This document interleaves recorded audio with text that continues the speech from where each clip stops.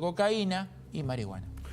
Muy claro, Gustavo, como siempre, muy triste esta información, sin dudas, de lo que estuvo pasando estos días ahí en González Catán. Cambiamos el ángulo de la información y vamos a hablar de precios de bolsillo y cómo está afectando el tema de las prepagas, ¿sí?, en el bolsillo de las familias de clase media, aquellas que puedan pagar este tipo de cobertura de medicina. Ahora con una medida cautelar, intentando poner un freno a los aumentos. Silvia Stang, desde la redacción del diario La Nación, nos explica qué está pasando con esto. Silvia, ¿cómo andás? Buenas tardes. Hola Gabriel, ¿cómo estás? Buenas tardes. Gracias. Sí, así como lo comentabas, en las últimas horas se dictó esta medida cautelar en un juzgado federal de San Martín. La jueza Martina Fons fue quien firmó dio lugar a esta medida cautelar de una afiliada a un plan de medicina prepaga que pedía que no se le aplicaran estos incrementos del 40 y de casi el 30%, el 40% para el mes de enero y el 30% para febrero, que fueron anunciados por su prepaga. Le dieron lugar a la medida cautelar y ordenaron que se vuelva atrás, o sea, que le aplicaran los incrementos que surgían del viejo sistema. Ahora, bueno, hay obviamente una situación de incertidumbre porque las prepagas están decididas a apelar cada decisión judicial que sea contra estos incrementos. Y con la salvedad de que es, en este caso, con la denunciada, digamos, el caso este en particular, no es una cautelar que afecte a todos los aumentos. Claro, no. En este caso se dice en el expediente, de hecho, que es un caso que se pidió que sea de efecto colectivo, pero que no hay registro todavía, no está registrada en el lugar correspondiente y por lo tanto se aclara que es una medida cautelar que tiene solamente efecto para esta persona, para esta afiliada, es una afiliada al plan de salud del Hospital Italiano, pero la situación sabemos que es prácticamente la misma en todas las entidades de medicina prepaga. Este incremento de alrededor del 40% en enero y de entre 25 y 30% para las cuotas de febrero. El aumento de enero que está venciendo por estos días, ¿no? Claro. Porque los anuncios fueron hechos casi a fines de diciembre y entonces se había prorrogado un poco el vencimiento de las cuotas. Con un tema de las prepagas que llegó ayer también al mundo político. La coalición cívica ayer denunció a las prepagas. Sí, así es. Un grupo de referentes de la coalición cívica presentó un pedido de investigación ante la Comisión Nacional de Defensa de la Competencia por este mismo tema. Y concretamente la acusación es que hay una cartelización, que hay un acuerdo de precios, un acuerdo por este incremento de precios que hace que no haya realmente, bueno, una libre competencia y que los afiliados entonces puedan optar, aunque a veces esto no es tan fácil, ¿no? También estamos hablando de un mercado bastante particular y no es tan fácil, sobre todo para ciertas personas que están en tratamientos médicos o que tienen determinada edad, ir de una prepaga o de un plan a otro. Pero concretamente lo que se pide es que se investigue si hay una conducta de pretender acordar el incremento de precios quitando el componente de competencia. Lo que ocurre del otro lado, o la argumentación que hay desde el lado de las prepagas, es que después de tanto tiempo con precios regulados, tuvieron un desfase, un desequilibrio entre el incremento de los costos para prestar los servicios de salud y los precios que pudieron cobrar a los afiliados a sus planes, que hace que, bueno, ahora buscan recomponer eso y recomponerlos de una manera bastante acelerada, ¿no? Y que por eso se están dando esos incrementos tan fuertes. Hay algunas declaraciones del presidente de la Unión Argentina de Salud que reúne a las entidades prepagas y también a algunas entidades prestadoras que están citadas. Él está especialmente citado en esta presentación, en este escrito que hicieron los legisladores ante Defensa de la Competencia, en el sentido de que se dijo que podría caerse del sistema hasta el 30% de los afiliados, ¿no? Una situación bastante sensible teniendo en cuenta lo que comentábamos recién, que hay muchas personas que por razones de edad o por razones de encontrarse en tratamientos médicos ahora se encuentran con incrementos de precios muy fuertes y no es tan sencillo tampoco mudarse de cobertura de salud. Sí, 30% que se caen probablemente del sistema y otros tantos que quizás empeoran su estatus dentro del sistema, que quizás cambian de planes. Exacto, sí.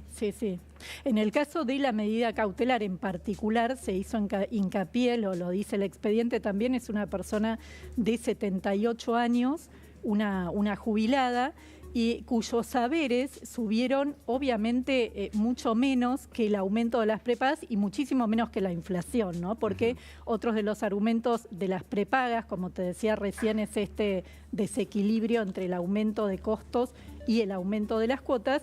Y dentro de eso, numéricamente, una de las cosas que pueden decir es que el año pasado la inflación fue de un 211,4% y la suba de los precios de los planes de salud fue de 137% aproximadamente. Lo que pasa es que en el caso particular de esta persona que hizo la demanda, el aumento de sus ingresos en todo el año fue de 110%. O sea, la inflación hizo un desfase por todos lados, obviamente, y es una situación bastante compleja ahora. Los números que planteas son tremendos, Silvia, los repito porque me parece clave. La inflación del año fue 211%, los planes de prepaga subieron en promedio 137%, y la jubilada esta que hizo la cautelar para que no rija el aumento, a ella, porque entiendo que no cobra la mínima, sino un poco más, está en 110%. O sea, perdió fuerte contra la inflación, pierde también contra la prepaga y claramente no tiene forma de hacer frente a esto. Exacto, 110,9%, que es lo que dio el índice de movilidad jubilatoria para el año pasado, y en este caso se trata de alguien que no accedió a los bonos. Recordemos que esta política de refuerzos de bonos por parte del gobierno anterior y que por ahora mantiene este gobierno también, es solamente para quienes tienen ingresos más bajos, pero hay personas con ingresos que también podríamos perfectamente considerar bajos, que no tienen esta recomposición, que tampoco los salvó el año pasado de tener una pérdida de poder adquisitivo frente a la alta inflación. Con el problema de siempre con las prepagas, Silvia, a mí yo suelo hacer la comparación de las prepagas con lo que ya vimos que pasó con el tema de la electricidad, por ejemplo. Cuando se subsidia la tarifa eléctrica, cuando no se paga lo que corresponde que debería pagar la electricidad, la conclusión es malas inversiones o baja inversión, cortes de luz. Bueno, en prepagas ya nos estaba pasando, ya estaba pasando a todos aquellos que tienen prepagas, que también hay que decirlo, es un sector de clase media, media alta que accede a la prepaga.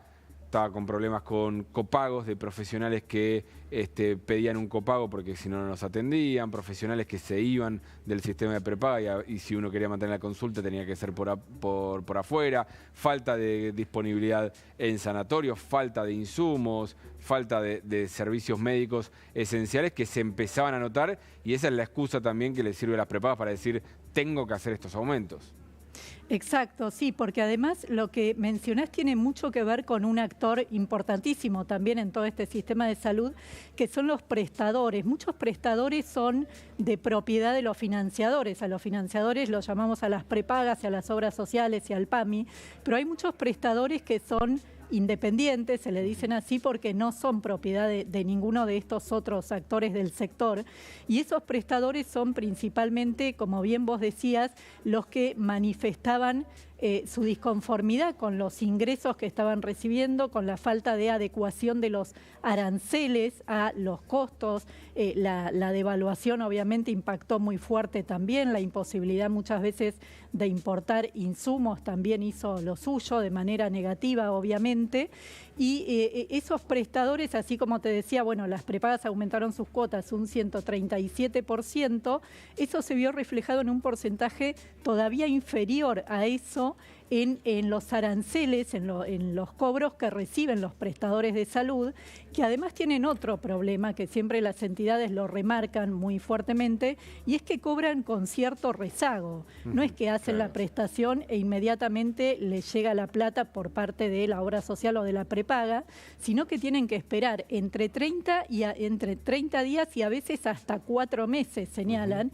Imagínate que con este contexto de inflación eso es también absolutamente perjudicial, y eso es lo que provoca después ese deterioro del nivel de servicios, esa salida de prestadores de las cartillas o el tema de los copagos, de cobrar copagos, las demoras en los turnos, todos problemas que después obviamente repercuten también en los afiliados.